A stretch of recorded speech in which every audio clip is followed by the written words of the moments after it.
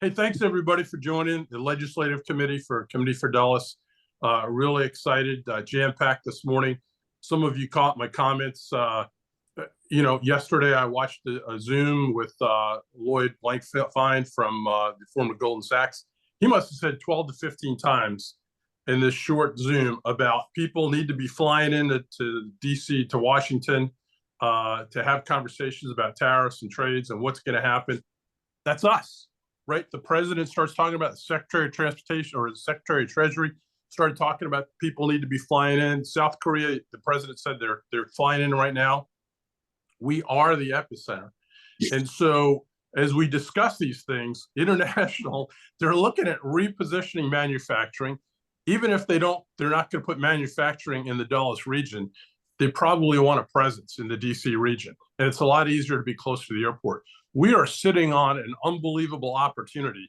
It's easy to look around and feel down and poke holes. And I'm going to turn to Jeff Bentley in a second, and he's going to turn everything I just said upside down and make us feel bad. But the fact is, you can't get me down, Jeff. I'm looking at this thing as an opportunity. I play tennis quite a bit, and I'm sitting there 40 love, and I'm going, oh man, you know what? I've been here before. I'm not worried about it. Just serve the next ball. We got this. So I want everybody to stay positive. If you're feeling down, give me a call, send me a text. I think there's ideas that we've got that we can really, not only for ourselves, but for the region, and especially, for VEDP, we start thinking about the rest of the Commonwealth. We can help the rest of the Commonwealth. We start thinking about what our capability is and what we can do. So I want to briefly talk with Jeff Bentley to share a little bit about the economic and forecasting, because that's part of what they do, right? They got to look out. It's risk mitigation and figuring out. Jeff, what are you seeing beyond what we're scary stuff on the newspapers? What do you think? Yeah, I don't want to bring you down, John. So I'm going to try to just hit some of the highlights here. Prior to all the chaos that's happening right now, we were already experiencing some challenges on the consumer credit side and commercial real estate. And commercial real estate with all the work from home, a lot of empty buildings. These buildings have landlords, owners, and those owners have mortgages on those buildings. And when you do a commercial loan on a building, typically you do a 25-year amortization, but it's a 5-year balloon because you don't want that loan on your books from an interest rate risk issue. And so more than a 5-year window, sometimes you'll push it to 7. Point being is when these loans were made was when we were in record low rate territory. And the buildings, the landlords, it's a cash flow business. And so when you look at the mortgage they have today at 5%, and now they have to refinance it this year, and it's going to be somewhere in the 8 to 9%, their cash flow just got cut in half. And you also add the point that the building is somewhat vacant. And so as these leases expire, a lot of companies aren't re-upping the lease.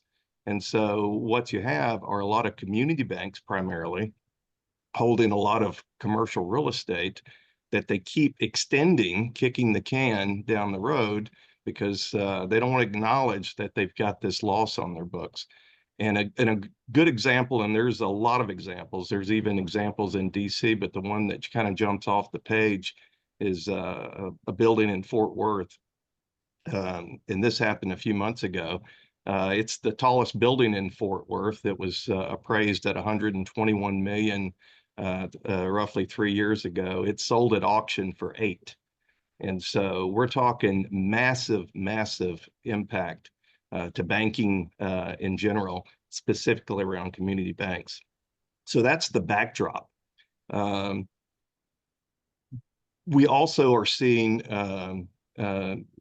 consumers rely heavily on credit cards, and credit cards are interesting in that when you've got rent to pay, you've got groceries, and you've got electric, and you can't pay all three, you'll typically put the groceries on the credit card.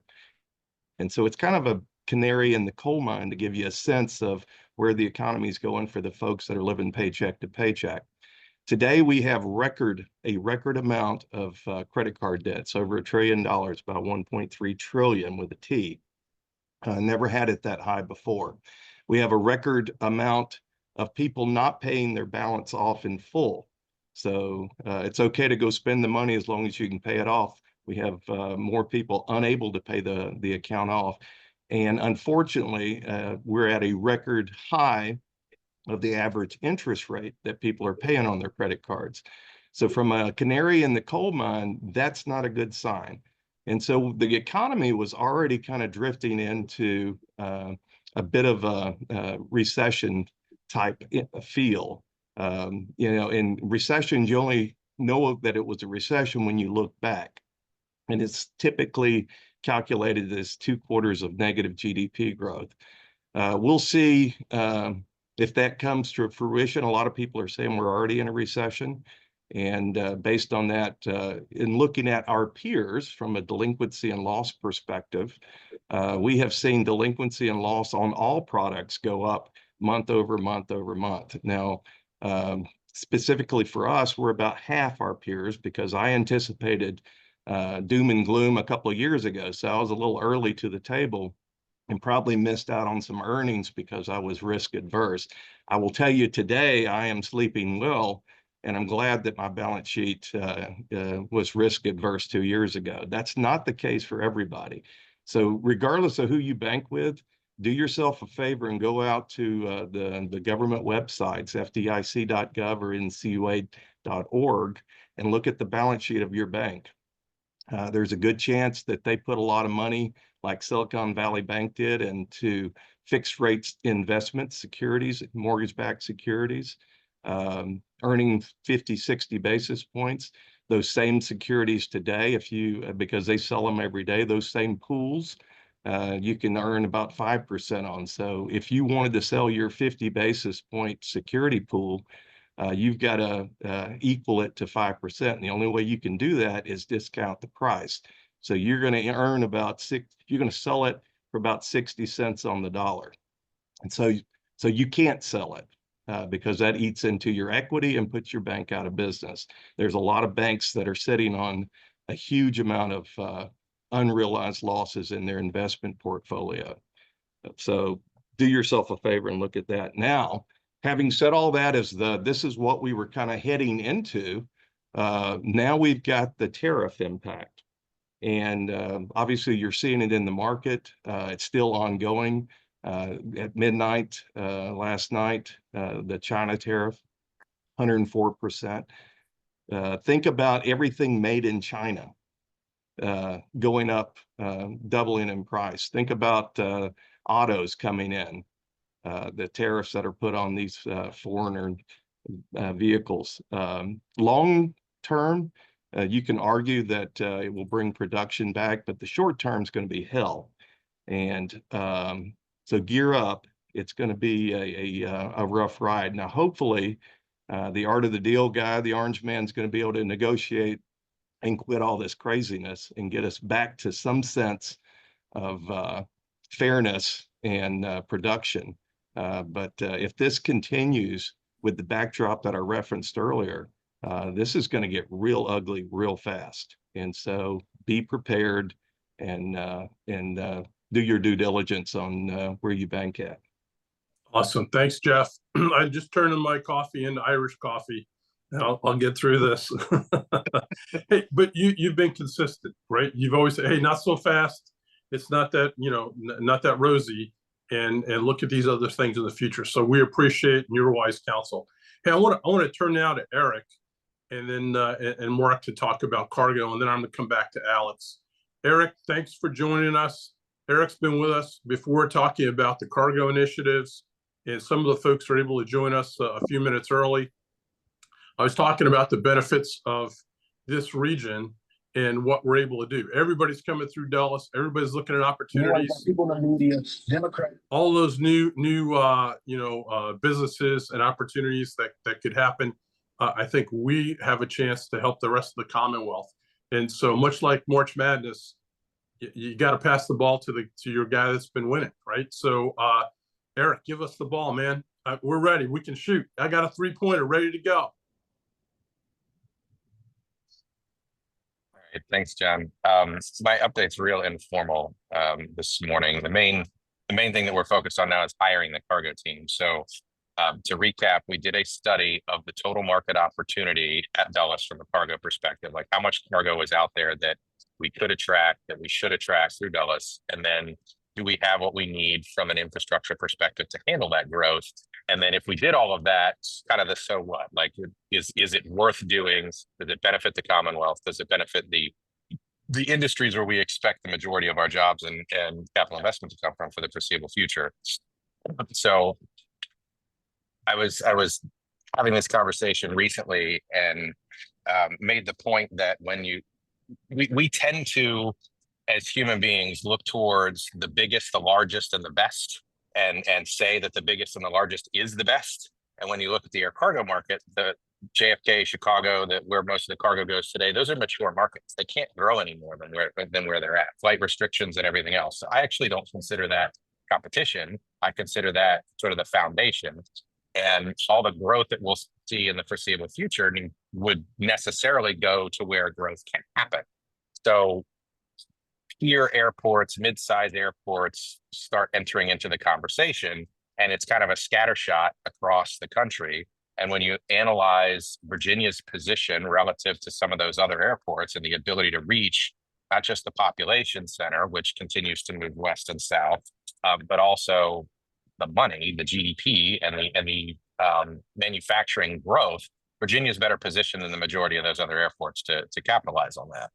And the industries that we're targeting, as well as the cargo that we carry today, all lend itself well to belly space and wide-body passenger flights, which we have in abundance. And when you compare Dulles to our mid-sized peers, we're actually already leading the race. So, sorry, we're going to use a track analogy and not basketball. But we're already leading the race. And so we need to pull away from the pack. And without focus, we can get overtaken. And with a concerted, focused effort and taking care of a couple of basic things, we can widen that gap between us and the rest of the pack. So the first recommendation from the study was to hire a team dedicated to this effort so that we're concentrated, focused, and telling the Dulles story to the world and helping the air cargo community, mainly forwarders and shippers and the entities that are actually making decisions for cargo, understand that Dulles is a viable choice. And in many cases, it's actually a more competitive option than what they're used to. So we're actively recruiting for the director and the manager to staff that cargo team. The other piece is to look at the existing cargo facilities at Dulles, rehome the non-cargo tenants. There's some things that are in those buildings that aren't directly cargo related that can be done elsewhere on the property or even off property. Short-term expansion opportunities also include airside access from just off the property for short-term surges in cargo growth. That's also on the table. And then improving the efficiency of the existing operation. So when we evaluated the productivity of the current cargo facility on property, it is about half as productive as the industry standard in terms of kilos processed per square foot. So just organizing it better will put us in position to capture additional growth. We have space in the air to sell. Processing it on the ground is kind of the choke point. So improving the ability to flow more cargo through the airport in the short term will give us the ability to capture additional market share and signal to those that would then invest in growth at the airport that is in fact happening and worth doing. So awesome. Hey, thanks, Eric. That was super. Now, I'm assuming that those folks will be located at Dulles, not down there in Richmond with you. Correct. Okay. Now, are you interested in moving up here with us? Because you can still get to Richmond every once in a while. That's accurate, but I live at the beach. So. Oh, okay. We'll work on that. Hey, Eric, that was really helpful. And, we want to make sure that we're keeping in touch because we're here to help you because you're helping us. I think it's a broader thing. As we look at all these talks about manufacturing, repatriating some opportunities, we got to be in the mix. And I know VEDP is doing it. I know our economic development folks, especially in Loudoun, Fairfax, and Prince William, are looking at it. Those are near term, but we're broader than that, as you mentioned, and we need to make sure, Scott, which goes back to our, this isn't about just because you're a 5-minute drive from the airport, you're interested in Committee for Dulles. The region should be interested in Committee for Dulles and how to help out. Hey, Mark, you're on the ground here for us, leading the way with the cargo and a few initiatives. What are your thoughts? What are you seeing? What should we be doing next? I mean, Eric and I talk a lot, don't we, Eric? I would say that, there's some active prospects right now that are being worked to kind of maximize those facilities, cargo buildings 1 through 6. And that's very positive. Secondly, that the Airports Authority and VEDP are formalizing an MOU that kind of just lays out so everybody knows what's happening over the next 3 years, and that's in process. And I would just say, just in general, it isn't all rosy. That the Canadian service is kind of gone for the most part in terms of passengers. The Airports Authorities reflected their look ahead in terms of passenger numbers. It's going to be a little bumpy in the industry in general. A lot of airlines like Southwest are kind of becoming more like a commodity, like more like United, Delta, American. They're having seat reservations and they're not reconfiguring them. Well, they are actually offering a premium class, which are just the same seats, but just, a little more, guaranteeing some space around you.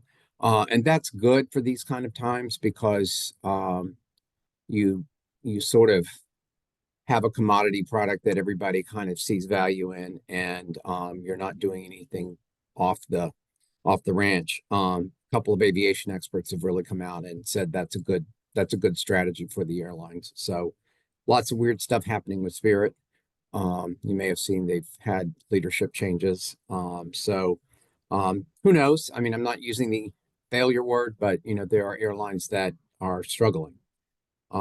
So I would say to get back to cargo, that there is great potential, that United has already committed to, the decade of Dulles, which is coming up.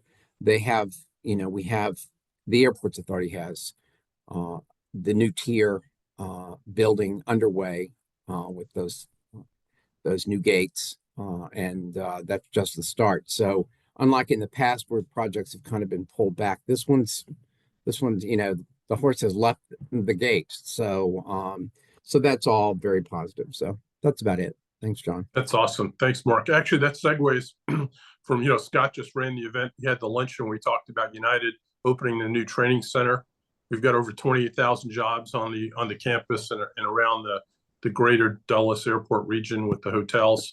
I mean, this is a great story in terms of jobs, non-federal jobs, but it can all go away, in a heartbeat. Jeff's comments about consumer debt, all those things, the travel, leisure travel, those are some of the first things to go. That and the corporate jet, and then so you gotta be worried about it and thinking about what we do and how do we stay positive as we're going forward. One of the things you got to worry about is housing, right? So we got all these folks here. We talked about jobs. We talked about United coming in. Alex from Senator Pekarsky's office, they led some of the efforts with what they were doing on worrying about noise abatement around the airport and what's there with housing. Alex, where are we at? What's happening? And thanks for representing the senator and your team. Of course, and that was a fantastic segue. So just to introduce myself super quickly, my name's Alex Kellum, born and raised Northern Virginia. I've been working with the senator since her primary in 2023, and I had the privilege of doing legislative work during the past 2 legislative sessions with her office. And so just like John said, during the last session, we sponsored a bill regarding airport noise on the Virginia homebuyer disclosure, due diligence form, whatever you want to call it. And so the origins of the bill were that it was a recommendation from the Virginia Housing Commission. And it kind of came from this unique circumstance where during the pandemic, you had people moving to the area, to Eastern Loudoun, Chantilly, Centerville, those areas, buying houses near Dulles Airport. And because traffic at the airport was significantly down during the pandemic, they would buy these houses and then they would realize that they were right directly in the flight path. They could hear the planes take off, land, go over their house. Um, and so, what our bill does, in simple terms, is it takes this disclosure form that homebuyers receive from the person selling the property, and it just says, hey, before you buy this home, you might want to check out whether or not you are near an airport, whether or not you're in a flight path, how loud the aircraft are going to be during the day, during the night. Um, and so this form they have to sign before they buy the house, they'll see that. And that's the first thing the bill does. The second thing is that it requires the Department of Aviation in Virginia to create a website that has all the publicly available aircraft noise zone maps. And so when people see this form, they'll see this section saying you should look into this. Here's a link to this website from the Department of Aviation, so you can look and see if you can hear aircraft from the property. All it is it's advice. It's you should look this up before you buy this house. And so the department will have to create that website, provide it to the Virginia Real Estate Board. And so that's what the bill does. And we worked very closely with MWA and the Virginia Realtor Association on this legislation, and worked out language that everyone was happy with. Unfortunately for us, it was unanimous bipartisan support in both chambers. And so the governor signed it. And we're hoping that it could help homebuyers make more informed decisions when purchasing homes near airports. So if anyone has any questions, happy to answer them. Hey, thanks, Alex. You know, it happened to us. We bought a house. It was overcast in January, and it was actually the opposite runway. And then they started taking off. But we came from a B-52 base when I was in the Air Force, so actually it was less noise, so it wasn't as bad. So Scott knows what I'm talking about. He lived around the big airplanes and whatnot. So I guess the other thing is you just hand out earplugs when you give them the keys and go, good luck. Sorry, told you so. But and we're going to talk in a second with Scott's going to mention about runway 30.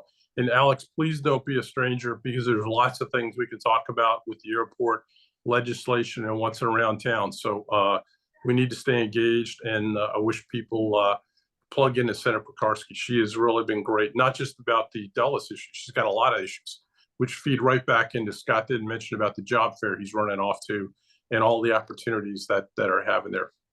I do want to quickly turn to Karen and just Harrison from Senator Boysko's office. Senator Boysko is the chair for transportation in the Senate, and hopefully Senator Boysko will join us and share a little bit about what she's looking at, thinking about from just this session and looking at the future session. But Karen, thanks for joining us. We appreciate you briefing us before with the chiefs of staff. So I just want to give you a chance to say hi. No, well, good morning. Happy to see you all. And you missed out on the news that she is not the chair right now. She she was kicked off for her position on the casino and doing what her community wanted. So that was a bit rough there at the end of session. But obviously transportation's huge for our district, and she's on the committee. So continue to be involved in those issues.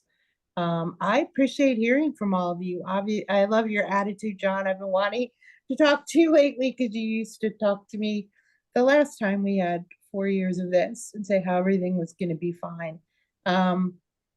I think at this, at the state level, we're just trying to figure out how we can pick up. We're going to have a lot of people. I'd love to have businesses here because there are a lot of people who've been laid off, and Fairfax County has a great website, but people are trying to get those job notices up. So it's a great time to pick up people who are looking for work.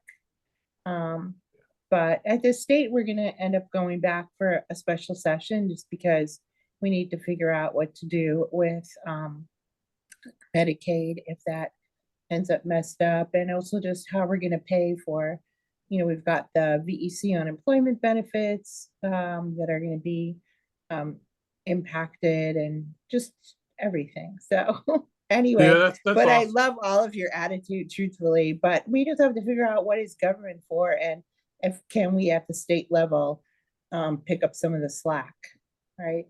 Thanks, Karen. And if folks haven't met Karen and not aware, I mean, this is where you have a conversation. It's not where we turn to government with a hand out and go, help me or fix my problem.